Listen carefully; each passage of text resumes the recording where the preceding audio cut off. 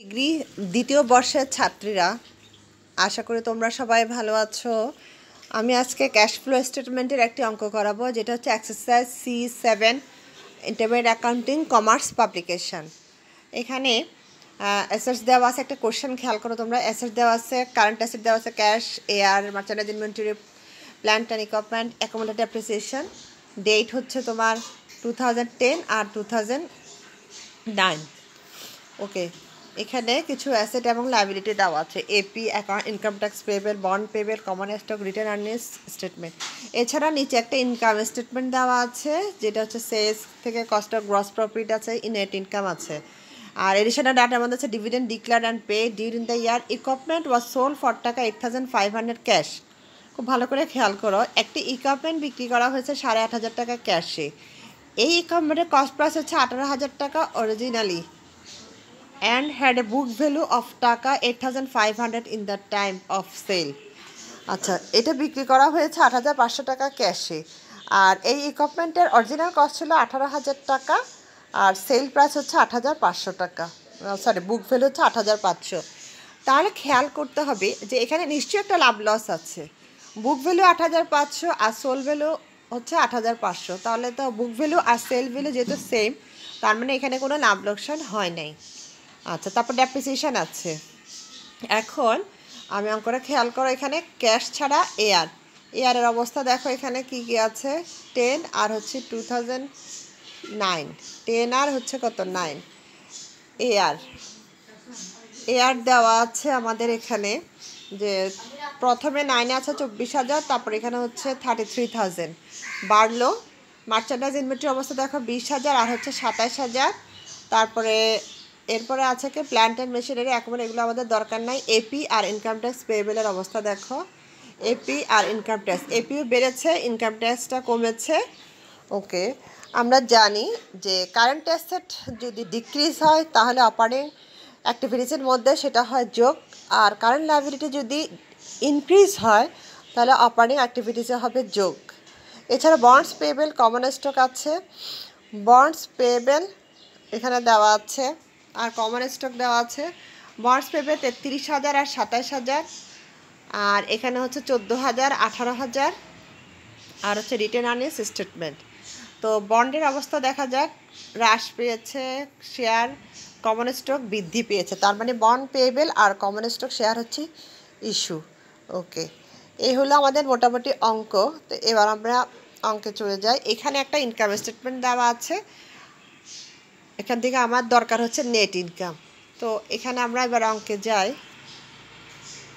ভালো করে খেয়াল করো। Cash flow from operating activities, সবার আগে আমরা জানি অপারেটিং অ্যাক্টিভিটিসে সবার আগে আসে নেট ইনকাম। নেট ইনকাম সবার আগে বসাতে হয়। নেট ইনকামের সাথে আমার কি কি যোগ হবে? নেট ইনকামের সাথে আমার যোগ হয় অলওয়েজ ডেপ্রিসিয়েশন এক্সপেন্স, কারেন্ট অ্যাসেটের ডিক্রিজ, কারেন্ট লায়াবিলিটিসের ইনক্রিজ, এগুলো হবে যোগ, আর তার অপোজিটগুলো হবে বিয়োগ। আমরা কিন্তু অঙ্ক থেকে দেখেছিলাম। তো এখানে নেট ইনকাম দেওয়া আছে, তারপরে দেওয়া আছে ডেপ্রিসিয়েশন এক্সপেন্স, যেটা কোশ্চেনে দেওয়া ছিল। ডেপ্রিসিয়েশন এক্সপেন্স কোশ্চেনে দেওয়া ছিল না। তো আমি বলছি, ডেপ্রিসিয়েশন যদি কোশ্চেনে দেওয়া না থাকে তখন ডেপ্রিসিয়েশনটা বের করতে হয়। কিভাবে বের করতে হবে ডেপ্রিসিয়েশনটা?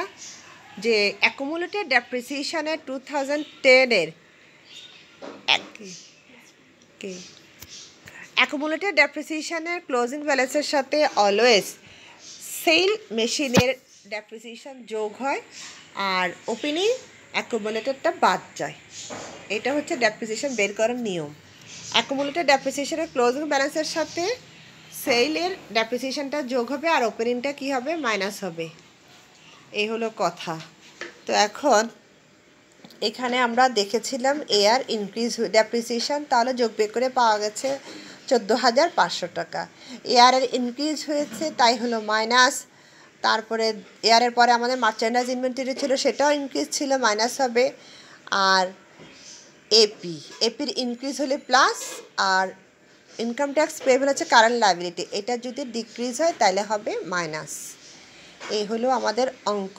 তাহলে দেখো এখানে খেয়াল করো, ডেপ্রিসিয়েশন 14,500 আছে, তারপরে AR এর ইনক্রিজটা মাইনাস হলো, মার্চেন্ডাইজ ইনভেন্টরি ইনক্রিজ মাইনাস, এরপরে আরেকটা জানি কারেন্ট লায়াবিলিটি ছিল, সেটা হচ্ছে এপির ইনক্রিজ হলো প্লাস, আর ছিল ইনকাম ট্যাক্স পেয়েবেল, এটা আমাদের ডিক্রিজ হয়েছে, তাই হলো মাইনাস।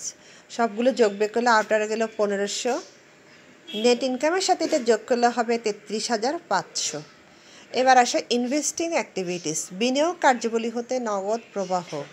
ইনভেস্টিংয়ের মধ্যে অলওয়েজ আসে ফিক্সড অ্যাসেটগুলো যদি সেল করা হয় তাহলে হয় যোগ, ফিক্সড অ্যাসেট যদি পারচেস করা হয় তাহলে হয় মাইনাস। তো এখানে সেল অফ ইকুইপমেন্ট কোশ্চেনে দেওয়াই ছিল অ্যাডজাস্টমেন্টে, সেল অফ ইকুইপমেন্ট হচ্ছে 8,500, এটা এখানে হলো আমার যোগ। এবার আসো financing activities, cash flow from financing activities. এখানের মধ্যে আমাদেরকে করতে হবে কি, ফাইন্যান্সিং হচ্ছে অর্থায়ন কার্যাবলী হতে নগদ প্রবাহ।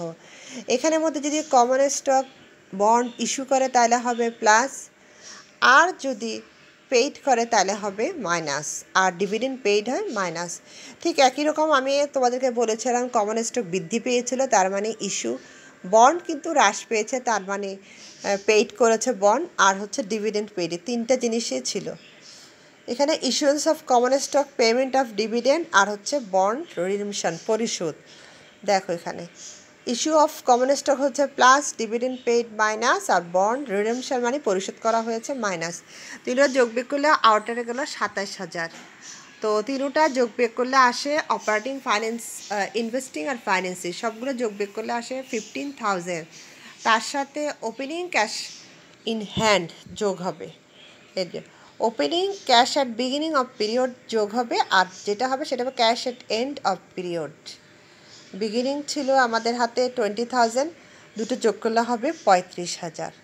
আমি অঙ্কটা আবার প্রথম থেকে বলছি। এটা অঙ্কটা করার ক্ষেত্রে সবার আগে নিয়ম হচ্ছে আমাদেরকে দেখতে হবে current operating cash flow from operating activities. সবার আগে ক্যাশ ফ্লো হবে তিনটা ধাপে, cash flow from operating activities. অপারেটিংয়ের মধ্যে সবার আগে আসে নেট ইনকাম, তার সাথে যোগ হয় ডেপ্রিসিয়েশন। ডেপ্রিসিয়েশন যদি কোশ্চেনে দেওয়া না থাকেই বের করার নিয়ম হচ্ছে অ্যাকুমুলেটেড ডেপ্রিসিয়েশনের ক্লোজিং ব্যালেন্সের সাথে সেল মেশিনের ডেপ্রিসিয়েশন যোগ হবে, ওপেনিং অ্যাকুমুলেটেড মাইনাস হবে, তাহলে ডেপ্রিসিয়েশন পাওয়া যাবে। ডেপ্রিসিয়েশন যোগ হবে, তারপরে ডিক্রিজ ইন কারেন্ট অ্যাসেট যোগ হবে, ইনক্রিজ ইন কারেন্ট লায়াবিলিটিস যোগ হবে, আর বিয়োগ হবে ঠিক তার অপোজিটগুলো। এবার আসো ইনভেস্টিং অ্যাক্টিভিটিসের মধ্যে নিয়ম হচ্ছে ফিক্সড অ্যাসেট এবং ইনভেস্টমেন্ট যদি সেল করে তাহলে হয় যোগ, আর পারচেস করলে হয় মাইনাস। এরপর আসো cash flow from financing activities, অর্থায়নের মধ্যে যোগ হবে ইস্যু অফ কমন স্টক, আর বন্ড ইস্যু হবে প্লাস, আর বন্ড পেয়েবেল হবে মাইনাস, বন্ড রিডেমশন মানে পরিশোধ হলে মাইনাস হবে, ডিভিডেন্ড পেইড হলে হবে মাইনাস। এরপর যেটা হবে তার সাথে ক্যাশ অ্যাট বিগিনিংটা যোগ হবে, বিগিনিং আছে 20,000 আর ক্লোজিং আছে 35,000। লাস্ট ক্যাশ ফ্লোর ক্লোজিং ব্যালেন্সের সাথে ক্যাশ ইন হ্যান্ডের ক্লোজিং ব্যালেন্স মিলতে হবে, নাহলে কিন্তু অঙ্কটা ভুল হবে। এই হলো আমাদের আজকের অঙ্ক। তো ক্যাশ ফ্লো তিনভাবে, অ্যাক্টিভিটিসটা তিনভাবে হবে।